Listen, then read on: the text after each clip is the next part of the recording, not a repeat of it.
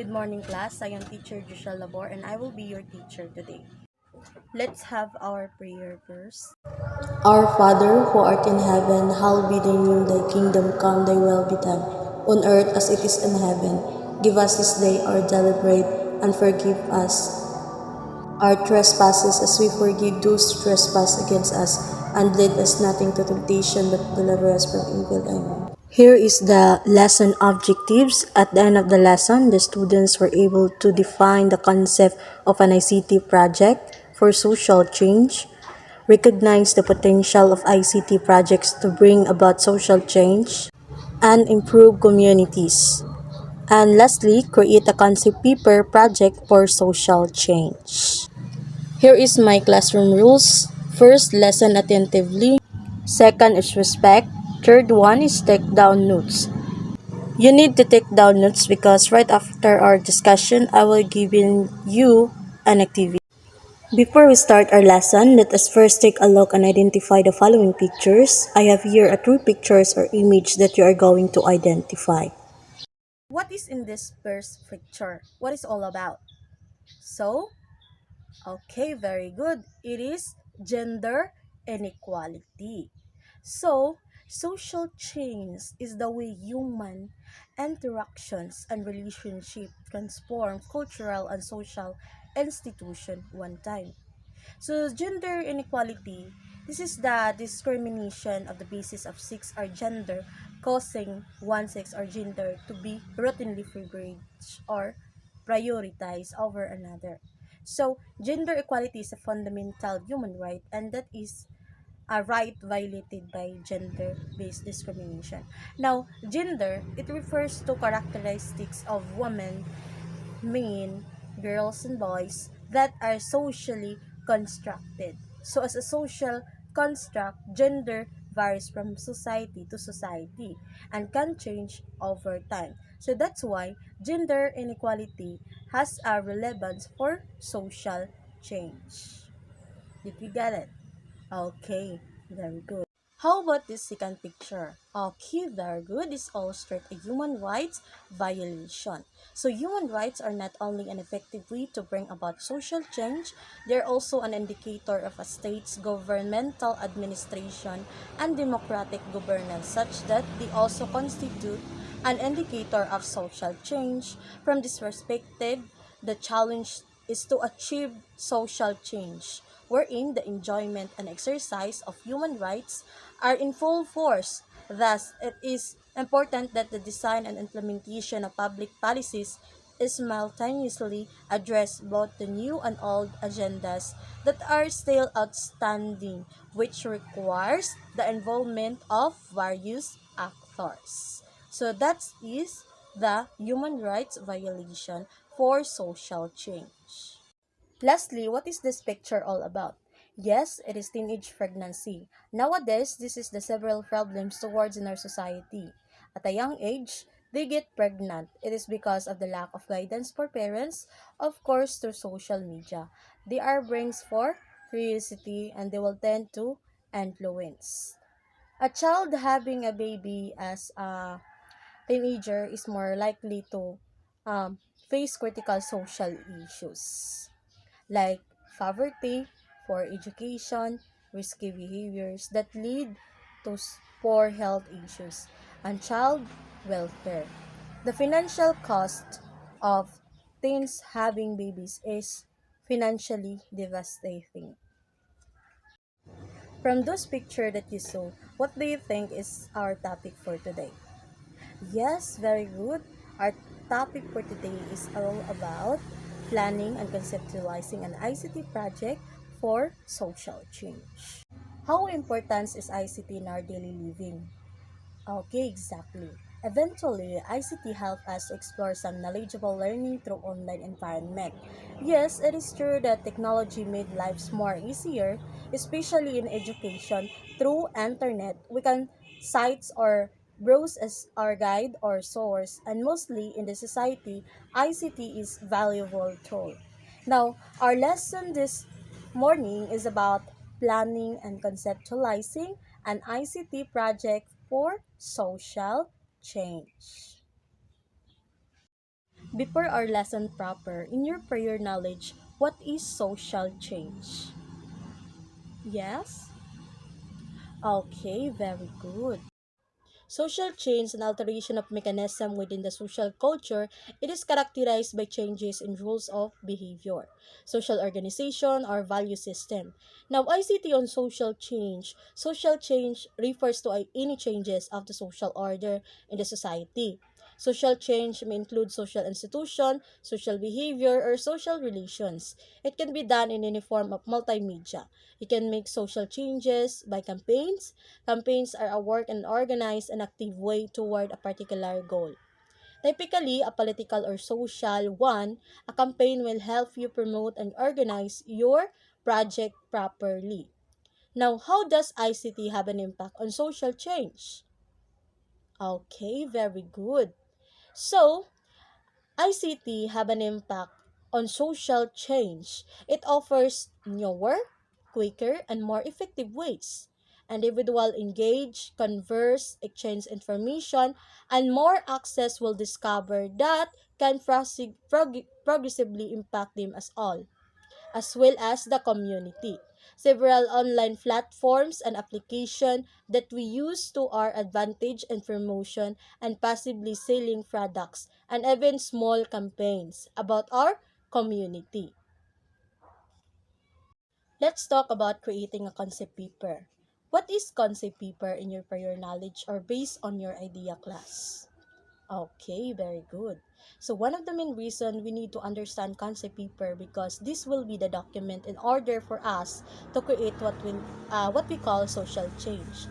So there are 5 elements of concept paper. We have first introduction, second purpose, third description, fourth support, and lastly we have the contact and formation. Introduction includes your group mission and vision and a brief introduction of your project. So when we say mission, this defines your purpose, and when we say vision, this extends your mission to an ideal future state. Next element, we have the purpose. Purpose includes the reason why this project is worth your group and sponsors' times, effort, and money. So the purpose of this is to guide you on the mission which drives you. The vision will aspire you, and what can be the impact that matters for your potential funder, and that is the purpose. So the third element, we have the description. Description includes all the necessary information about the project. In ICT, it involves the site you are going to produce and the purpose of each and how they work in unison. Project description, title and overview, purpose and need, business diverse, benefits and cost, approach, timeline, requirements, expected outcomes. So, what will be the content of the project description? So, this includes the title and overview, the purpose, and the need. We have the business diverse. So, who will be the sponsor of the group? Benefits and the cost. Okay, the approach. What will be your approach? Will be using social media or will it be on face-to-face basis? The timeline will win the project and the requirements and the expected outcomes being done. So, the next element we have the support. Support contains the budget needed for the project. Some concept papers do not specify any amount requested from the sponsor, so this contains the possible budget needed for the project. So if you include money in your project, so you need to present it in the support element. So some concept paper do not specify any amount requested from the sponsor because basically some of the support system uh, the gate will be free. So and for that, let's have the last part, which is the contact information. Contact information includes information on how the group can be contracted. So this is an example of contact information. So this is an example of contact information. We have the email, Facebook account, and contact number. Okay, so here are the 5 elements of concept paper. So basically, it's somehow a proposal paper. Okay, if you are to propose a business or if you were propose a product, that's how a concept paper is being done. So this is an example of concept paper making. We have the project name, mobile computer literacy. The introduction. So it has mobile computer literacy is a project to help out of school youth in a remote area to upgrade their learning competencies in terms of manipulating computer. So this will be the introduction. It includes a group mission and vision for a brief introduction of your project. Purpose. The main motive of this project is to upgrade the computer skills of the out-of-school youth by bringing the trainers and the equipment in the far-flung areas through mobile access. The project is worth sponsoring for it. It will be enable the out-of-school youth to develop their skills and knowledge.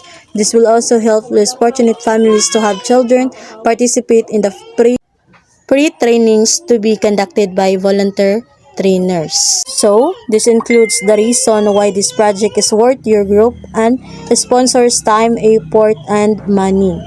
Description of the project name. So, this is the project will gather individuals who are interested to learn new skills in terms of computer literacy where everything is provided within the given duration. Conduct the class will be held in the mobile nearest to the Porok or even Barangay Hall. The project will be conducted during summer vacation at the last two remote barangay of IGCS. The training starts from 8 a.m. to 12 noon every Saturday and Sunday. Good for the month's attendance will be given for free snack, live lights books will also available during the discussion proper and will guide it during hands-on. The trainers will center only 10 transfers occasions. The project will also launch a website, Webel Trainers Original, and a Facebook page at Mobile Trainers. So at this point, it includes the necessary information about the project. In ICT, it involves the site you are going to proceed to have a procedure and the purpose of each and how they work in unison. Support of project name. The estimated budget needed for the project is ranging from 20,000 to 30,000. The team initiates the spirit of volunteerism for sharing their gadget during cessation as part of Pangkawanggawa. This includes the fair snacks, paper, and other related fees. So this contains the budget needed for the project. Same concept papers do not specify any amount requested from the sponsor. So this contains the possible budget needed for the project. So if you include money in your project, so you need to present it in the support element. So the last part is contact information of the project name. The proponents can be contacted on the following phone: 0907-486-428, email jlawrence@gmail.com. FB, we have at mobile trainers. So this is an example of concept paper and it will be applied the 5 elements of concept paper. We have the introduction, purpose, description, support, and contact information. This is simplified ICT project process overview, planning, development, release, promotion, and maintenance.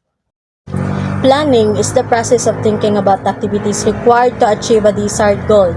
It is the first and foremost activity to achieve a desired results. It involves the following tasks. First, conceptualizing your project. Second, researching and available data about your topic. Third one is setting deadlines and meetings. Fourth one is assigning people to various tasks. Fifth, conceptualizing your project. Number 6, finding a web or blog host, creating a site map for your website. And listing down all applications that you need including web apps. Then, funding if applicable. Planning is the process of thinking about the activities required to achieve a desired goal. It is the first and foremost activity to achieve a desired result. So planning, this is the way that you are going to plan on how to make a project timeline. So, you're going to dig deeper, plan about what is the good outcomes for your project. Development involves the actual creation of website, involves the production of images, infographics, and etc. Media, you can use text, videos, pictures, audios, and website. So, when you are going to develop your project, you are going to do a plan and on how you're going to and how you are going to create your project in a creative way. So, like for example, the infographic. So, in infographic, there's such anything you can attach the templates if you're going to have your text. So, it builds some graphics, and then you can attach some images.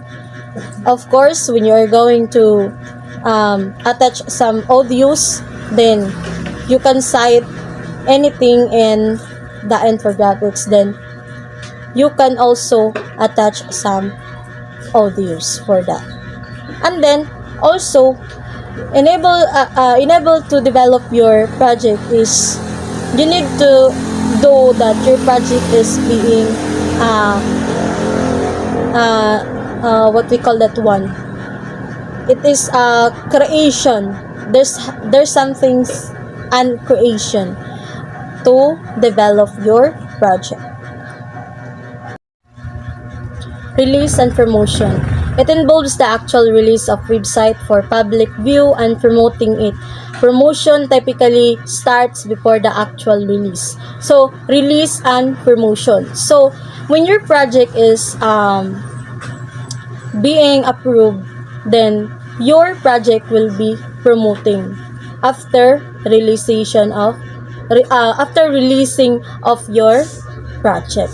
And then if there's something that your project is having an approval, then it is going to release in for the website in public. Lastly, we have the maintenance. It involves responding to feedback of your site visitors and continuing to improve the website.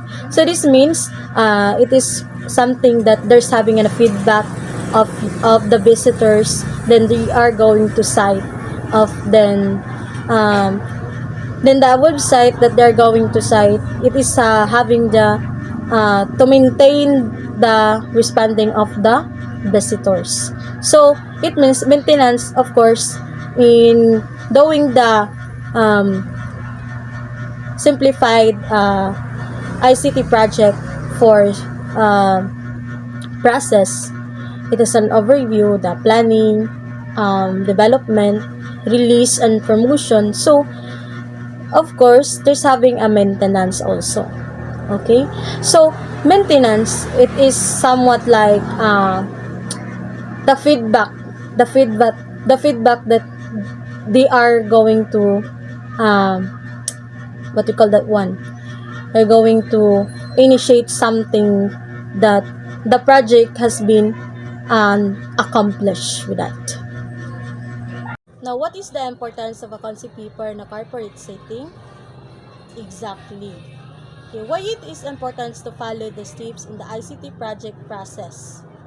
Okay, very good. Now, what do you call this element? Part of a concept paper includes information on how the group can be constructed. Okay, it is introduction. Very good. Now, what are the 5 elements of concept paper class? Okay, correct. Now, what are the 4 simplified ICT project process overview? Okay, so do you learn something in our lesson? Any clarification? Questions? Okay, so now let us proceed to our activity. Now that you have an idea towards in our lesson about planning and conceptualizing an ICT project for social change, so we will have an activity. I will group you into 5, then write your group members You must create a concept paper and choose from the sample topics. I give you 10 minutes to do your tasks. So, you can create a concept paper, choose from the sample topics. It is a social issues, anti-drug campaign, animal welfare act, women empowerment, contemporary ICT issues, cyberbullying, and internet addiction. And right after your activity, I will be giving you a quiz time. So, identification test. Direction, identify what is asked in the following statements below. About the correct answer on the space provided before each item. And then, matching type.